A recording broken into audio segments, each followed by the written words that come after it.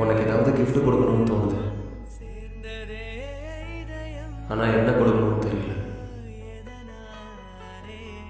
கொடுக்கறது உனக்கு பிடிக்குமான்னு எனக்கு தெரியல.